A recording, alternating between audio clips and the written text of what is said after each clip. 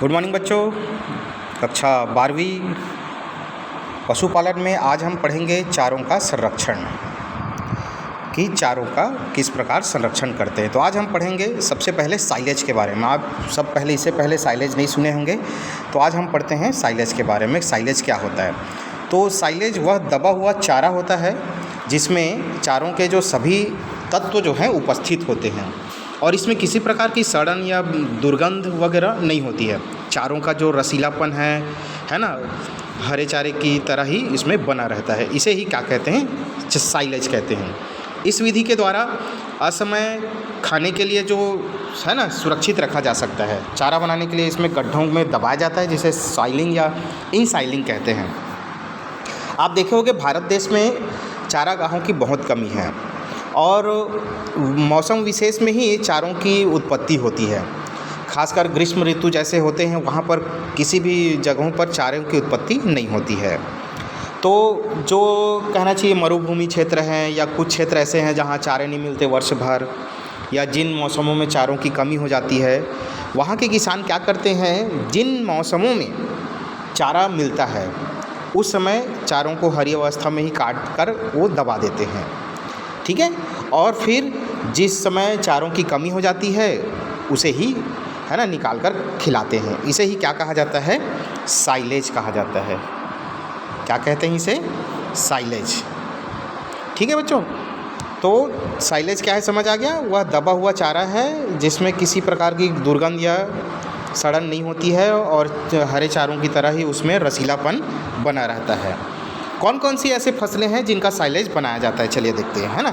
तो साइलेज हेतु जो फसल है, सबसे पहले आप देख सकते हैं ज्वार, मक्का सबसे सर्वोत्तम माना जाता है। इसके बाद बरसीम और भूसा भी।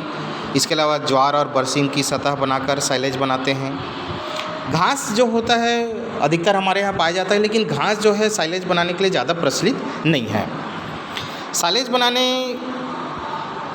के लिए कहना चाहिए, साइलेज बनाने के पूर्व हरे चारे का जो शुष्क पदार्थ है अर्थात नमी की जो मात्रा है 30 से 40% होना चाहिए। ये बिल्कुल याद रखेंगे। शुष्क पदार्थ जो है उसमें कितना होना चाहिए? 30 से है ना 40% होना चाहिए उसमें।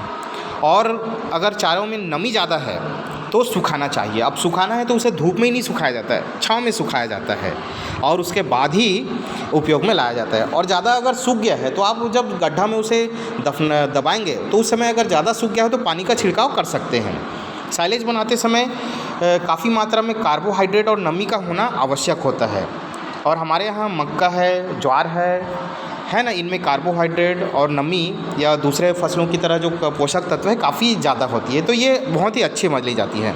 तो ये पॉइंट याद रखेंगे कि साइलेज बनाने के लिए सबसे उपयुक्त फसल कौन कौन सी है। तो ज्वार और मक्का जो है इसके लिए काफ़ी उपयुक्त मानी जाती है। फलीदार फसलों में भी साइलेज बनाई जाती है, परंतु इसमें कार्बोहाइड्रेट की मात्रा जो है कम होती है, इसलिए उसमें ऊपर से कहना चाहिए सीरा है या खनिज अम्ल है, ये छिड़काव करना पड़ता है। फिर आगे देखते हैं अपन साइलेज बनाने के लाभ। क्या क्या लाभ हैं इसके? पहला है कि साइलेज बनाने से चारों में जो पौष्टिक पदार्थों को लंबी अवधि तक सुरक्षित रखा जा सकता है, सेव करके रख सकते हैं उसमें जो भी पोषक तत्व है। कम कीमत पर साइलेज जो है रसीला चारा है जो असमय अर्थात ग्रीष्म के समय खिलाया जाता है, या जिन मौसमों में आपके क्षेत्र में चारे की कमी हो रही है उस समय आप इसे खिला सकते हैं। साइलेज बनाते समय हे की अपेक्षा कम पौष्टिक तत्वों का नाश होता है। हे मतलब सूखी घास को हे कहा जाता है, जैसे पैरा वगैरह है, कूटी वगैरह है, इसे क्या कहते हैं? हे कहते हैं। तो साइलेज में जो है हे की अपेक्षा पौष्टिक तत्वों के जो नाश है वो कम होता है ना। साइलेज बनाने में मक्का, ज्वार आदि का जो कड़ा तना मुलायम हो जाता है। इस प्रकार पशु जो है उसका सही उपयोग कर सकते हैं। आप लोग देखे होंगे भुट्टा वगैरह खाते हैं तो भुट्टा निकालने के बाद जो उनका जो ठूठ बच जाता है ना, उसे दफना दिया जाता है, साइलेज बना दिया जाता है। या जो मक्का के जो पेड़ हैं उनके तने काफ़ी कहना चाहिए कठोर होते हैं, है ना, उसको हरी अवस्था में नहीं खा सकते, लेकिन उसको साइलेज बना दें तो वो मुलायम हो जाता है, फिर इसे आसानी से खा सकते हैं। साइलेज बनाते समय उस समय भी ये बनाया जा सकता है जब हे अर्थात मौसम बरसात में नहीं बन सकते, है ना। बरसात में भी आप साइलेज बना सकते हैं, लेकिन जगह का चुनाव ध्यान ऐसे करना चाहिए जिस समय जहाँ पानी जो है कम पड़ता हो, है ना, या पानी ना पड़े। चारों में खरपतवार को भी आहार के रूप में लाया जा सकता है। आप, है ना, जो भी खरपतवार है उसे आप साइलेज बना सकते हैं। इस प्रकार वो खाने के रूप में, पशुओं के चारा के रूप में प्रयोग हो सकता है। चारा को कम जगह में स्टोर कर सकते हैं। वैसे आप देखे होंगे सूखा चारा हम जो भी लेते हैं तो स्टोर करने के लिए काफ़ी जगह की आवश्यकता होती है ना, तो रूम वगैरह में स्टोर करना पड़ता है। लेकिन साइलेज बनाते हैं तो बहुत कम जगह पर बहुत सारे जो चारे हैं संग्रहित किया जा सकता है।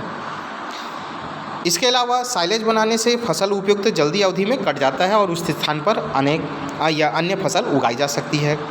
जब फसल में बीमारी लगने की आशंका हो तो उससे पहले भी साइलेज बनाया जा सकता है। मान लीजिए आप कोई फसल ले रहे हैं और आपको आशंका है कि उसमें कोई बीमारी लग सकती है ना, तो बीमारी लगी मतलब फसल चौपट, पूरा फसल वेस्ट हो जाएगा। तो ऐसी आशंका होने पर आप उसे तुरंत क्या बना सकते हैं, साइलेज बना सकते हैं, है ना। इससे आपके फसल का सदुपयोग हो जाएगा। ये कहना चाहिए एक प्लस पॉइंट है। इसके अलावा जहाँ इतने इसके लाभ हैं, कुछ हानि भी हैं, है ना। हानि पड़ने से पहले साइलेज बनाने के लिए हम आवश्यक जो निर्देश है उसके बारे में थोड़ा सा चर्चा कर लें। तो जिस चारे से साइलेज बनाना हो, शुष्क पदार्थ अभी मैंने बताया कि कितना होना चाहिए, 30 से 40% होना चाहिए। कितना होना चाहिए, 30 से 40%। नमी अधिक हो तो सुखा लेना चाहिए, और नमी कम हो तो साइलेज बनाते समय उसमें पानी का छिड़काव कर देना चाहिए। चारे में कहना चाहिए नमी बहुत कम है तो भली भांति गड्ढे में दब नहीं पाएगा। अगर सूखा है तो स्पेस हो जाएगा, चारों के बीच में स्पेस, हवा रह जाएगी, और हवा हो तो नमी हो जाएगा, नमी होगा तो साइलेज खट्टी हो सकती है, सड़ने लग सकती है। तो इस बात का भी ध्यान रखना चाहिए कि चारा जो है न ज़्यादा सूखा हो और न ज़्यादा नमी हो। साइलेज बनाने में यह भी आवश्यक है कि चारा जो है भली भांति गड्ढे में दबा हुआ होना चाहिए। यदि अगर ठीक से हम उसे दबा नहीं पाएंगे, पौधों को काट कर छोटा कर लेना चाहिए अगर दबाने के लिए। अगर नहीं काट पाएंगे तो स्पेस रह जाएगा, हवा रह जाएगी, और नमी होने के कारण वो सड़ सकता है। साइलेज बनाते समय हरे चारे में काफ़ी मात्रा में कार्बोहाइड्रेट होनी चाहिए। यदि इनकी कमी हो तो साइलेज बनाने वाले कुल चारे का मात्रा का 2% सीरे का, है ना, सीरा जो होता है उसका छिड़काव कर देना चाहिए। इससे कार्बोहाइड्रेट की कमी हो जाएगी, पूरी हो जाएगी, और ताकि किण्वन के समय साइलेज को सुरक्षित रखने में भी अम्ल बन सकता है। इसके हानि के बारे में बात करते हैं। देखिएगा साइलेज बनाते समय क्या क्या हानि है। सबसे पहले तकनीकी ज्ञान की आवश्यकता होती है। अगर आपको साइलेज बनाने की विधि का मालूम नहीं है तो आप अच्छे से साइलेज नहीं बना सकते हैं। दूसरा, साइलेज बनाने के लिए उपकरणों की आवश्यकता करनी पड़ती है। साइलेज बनाने में पर्यवेक्षकों का पर्याप्त व्यय करना पड़ता है। साइलोपीट के लिए उपयुक्त स्थान की आवश्यकता, स्थान बहुत ज़रूरी है। नहीं तो आप गड्ढे जगह पर बना दिए हैं जहाँ पानी एकत्र हो रहा है तो आपका पूरा साइलेज पर पानी फिर सकता है ना, पानी आ जाएगा और सड़ सकता है। साइलेज बनाते समय किसी चीज़ की कमी रह जाए तो दुर्गंध आने लगती है। इसमें विटामिन डी और हे की अपेक्षा कम हो जाती है। साइलेज खराब हो जाने पर धन और श्रम दोनों की हानि होती है। भारत में देखिएगा साइलेज के कम प्रचलन के कारण अनेक देहात क्षेत्रों में साइलेज का नाम तक नहीं जानते किसान, खासकर छत्तीसगढ़ में, क्योंकि हमारे यहाँ वर्ष भर चारागाहों में चारा उपलब्ध रहता है, और जिन मौसमों में चारा नहीं मिलता है ना, सूखा चारा खिलाया जाता है। जो किसान साइलेज के बारे में परिचित हैं वो सीमित साधनों के कारण बना नहीं पाते हैं। किसानों को साइलेज बनाने की तकनीकी ज्ञान नहीं है। मौसम की अनिश्चितता भी हमारे यहाँ काफ़ी रहती है। गर्मी में भी बारिश होती है, ठंड में भी बारिश होती है। तो मौसम की अनिश्चितता के कारण भी किसान जो है साइलेज नहीं बना पाते हैं। हरे चारे की उपलब्धता भी सीमित है हमारे यहाँ, है ना, जिसके कारण साइलेज नहीं बना पाते हैं। किसानों को अभी तक पशुओं को साइलेज खिलाने के आदी नहीं हैं। ये बहुत से कारण हैं जिसके कारण हमारे भारत देश में साइलेज नहीं खिलाया जाता है। तो धन्यवाद। आज के वीडियो में इतना ही कि साइलेज क्या है ना, साइलेज के क्या लाभ हैं, हानि क्या है, बनाने के निर्देश क्या हैं, और भारत देश में इसके प्रचलन के कारण। बाकी कल पढ़ेंगे। धन्यवाद।